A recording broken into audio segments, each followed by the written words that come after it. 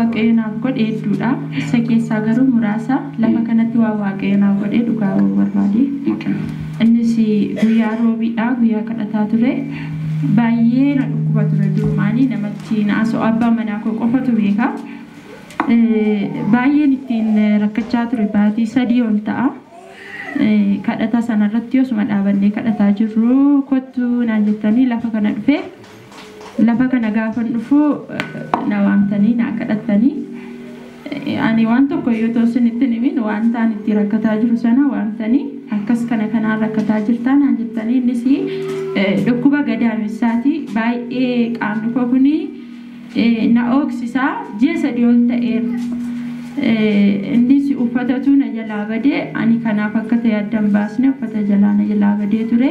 Isin immoo akkuma argitanii bakka yeroo sana mul'atan argitanii natti himtanii uffanni akkanaas jalaa badee erga sanaati nagaan qabdu kanaan lolamaa jirtaa. Manni keellee nagaan qabu naan jettan sirriidha eeyyee manni koos nagaan qabu ture. Sanarraa kan ka'e baay'ee na dhukkubaa. Abbaa manaa koo wajjin illee waliin galdu.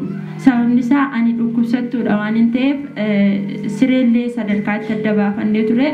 Guyyaa isaa warri turtan hin beektu illee lafa kana dhufee boo'u ture na wajjiniini. Garuu guyyaa sana kadhannaa asitti naa godhameen sa'aatuma sanarraa kaaseetu dhukkubichi narraa jira.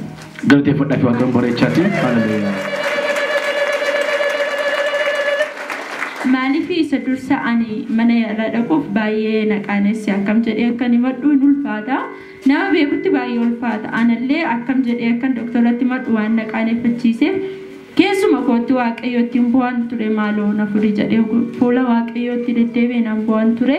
Garuu guyyaa sana guyyaa sagantaa fayyinaarra waaqayyoo karaa nama waaqayyootti na waamee asitti kunoo dhukkuba kana akkanaatiin rakkattaa jedhanii dhugaadhaan boo'ichaaf itti muusnan dadhabee guyyaa sana warra argitan hin beektu amma garuu galataan kolfaan fuula keessan dura jira waaqayyoon dabala galateeffadhaa fi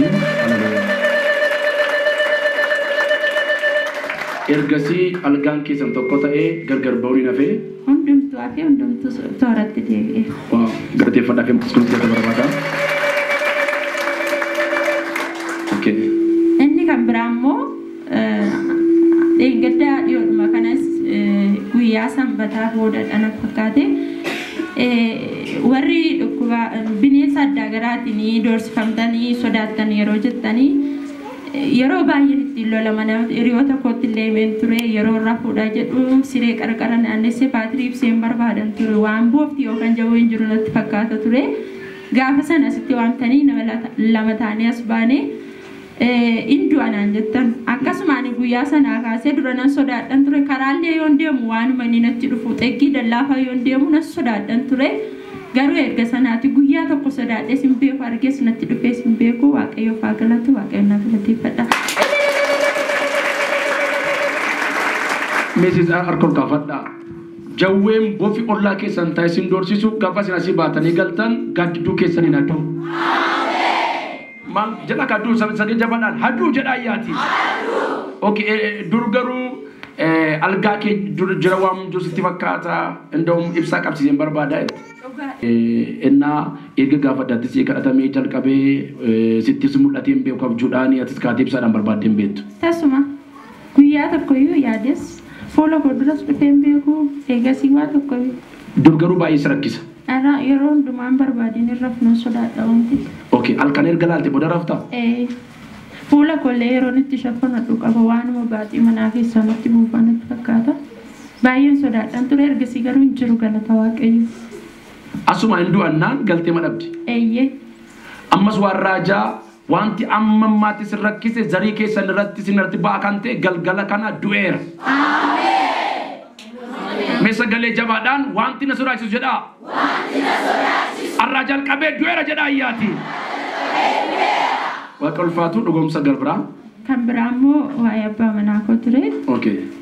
Abbaa manaa koo ani bara darbee jijjiirraan hin dhufee akkuma isaan jedhan kamiseerran ture.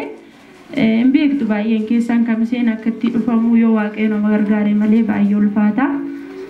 Kanallee dhuga baati koona lagarutti isinii dabala maaliif isiniifis barumsa ta'a waan ta'e lafa sanatti 2004 rakkina ture hundi keessan beektu rakkina sana keessa waaqayyo waa tokko osoo hin ta'in qaamni koo irratti manni koo daa'imman koo osoo maan ta'in gargaaree barreen gaddaa gargaarsa waaqayyootiin mallaqa malee waan tokko gargaarsa firaa malee gargaarsa waaqayyootiin lafa kana dhufee kunillee waan addaadha sanarraa kan ka'e anillee laayisensiidhaan bara darbee barana inni immoo maskaramii boodanaa dhufee erga dhufee immoo mana barumsaa asitti argatee anarraallee xiqqoo dhiyoodhayyuu baay'een fagoon jedhamu argatee booda immoo keejirra kennaniif keejini barsiisee waan hin beeknee fi warri beektan hin beektu baay'ee tulfaate ani kanarra hojjechuun baay'ee natti tulfaate jedha galgalas ganamas yeroo galuu waama kanaa kaasa ture dhiisi baqqaa waaqayyoonni lafa sanaa rakkina sana keessaa nu fide kanan dadhabu obsiin jedhaanin ture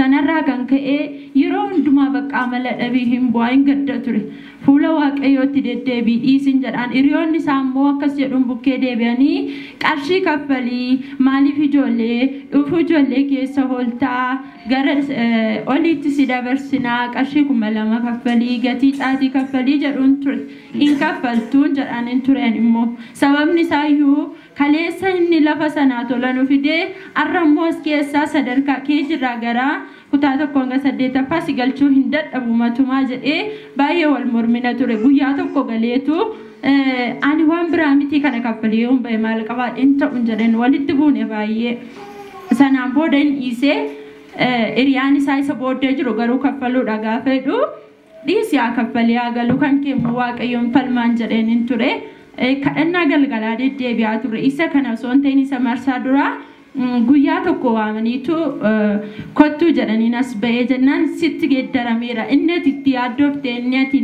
siin taane kunis itti jijjiirameera ittiin jedhan namni waaqayyoo sa'aatii sana guyyaa jimaataati guyyaa xumuran fakkaate gaafa wiixataa waamaniitu kottuu ati baqqaa barsiistuun tokko eeyyama baatetti bakka ishii gadi siin asittuu sii malaa jedhanii achirra gashanii kanaaf waaqayyoon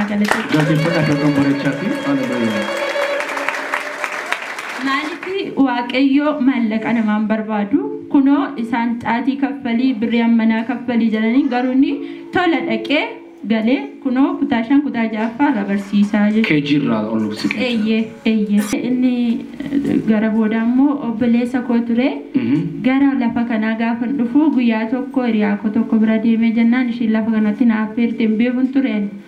Sanaa booda gara kana gaafa dhufnu galgaladha kadhannaa roobii galgalaadha hin kadhattu ture osuma kadhattanii walakkaa kadhannaatti dhufneeyyuu warri wanti baay'een sin jalaa badee dhabame jettanii baay'ee kadhattu ture ani immoo obboleessi kiyya ji'a ol ta'ee dhabameera baqqaa eessa akka jiru maal keessa akka jiru hin beeknu maatiin kiyyallee yookaan du'e osoo jedhanii yookaan jira jedhanii osoo hin dhaga'ee jetti harmeen koo baay'ee maaliif quxisuu godhanii baratee eebbifamee hojii hin qabu kanaaf jecha oliin gadi baay'ee deema ture eessa akka jiru waan dhabneef abdii kutachuudhaaf immoo yookaan du'e yookaan as jira jedhee otoon sagalee isaa dhageette yeroon bilbiluuf hin boossi ture anillee ishuma wajjiniin maaloo waaqayyo maaloo maaf cal jette kana jedhee waaqayyotti hin bu'an ture gaafa san galgala akkasiin kadhannaa kadhattu ture anaaf ta'a jedheen baay'ee namani baqqaa nan gammade yeroo sin akkasiin kadhattanii kuni anaaf ta'an jedhe maal akka ta'u garuu hin beekne ani isa targamayyuu seene waan gammachuun keessa koo guuteef hin amiin jedhee fudhadhe malee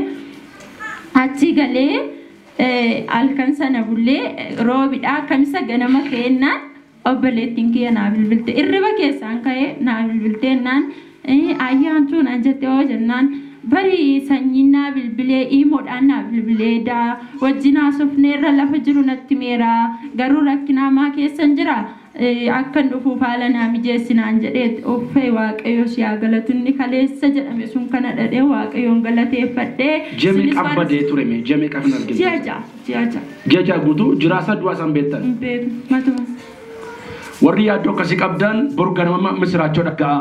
Amen. Inni godha waaqayyo amma obboleessi kee argame argamee eeyyee achi dhufee yoo nu bukkee ture sanaan booda immoo gara obboleessa iddoo dura jiraatu deemee jennaan asittillee isinitti meen ture lafa san deemee jennaan immoo waan inni jajaaboo dhabamee lafa sanan turee fi ati bakka biraatii dhuftee jedhaniitu qabanii turan. Mana hidhaa keessa ture footoo isaa fidee asitti irratti naaf kadhatanii turtan hin bahaa waaqayyoon fudhatanaan jettan guyyaa tokko. Ishii jedhee waaqayyoon nu maneegan ture akkan dhageeni bilbila keessa yaalee na didee ture garuu baruusaa dhufeen obboleessi kiyya bahee jedhee baay'ee isinitti meen ture amma garuu obboleessi koo baheeraa argameeraa kanaaf gargaarsa waaqayyoo warri isinitti tole waaqayyoon dhaabadhaatii naa galateeffadha. Ulfina waaqayyoo mana keenya naafannaa gooftaa galateeffannoo amma ijoollee guddaa isaa gooftaadhaaf haleluuyaa.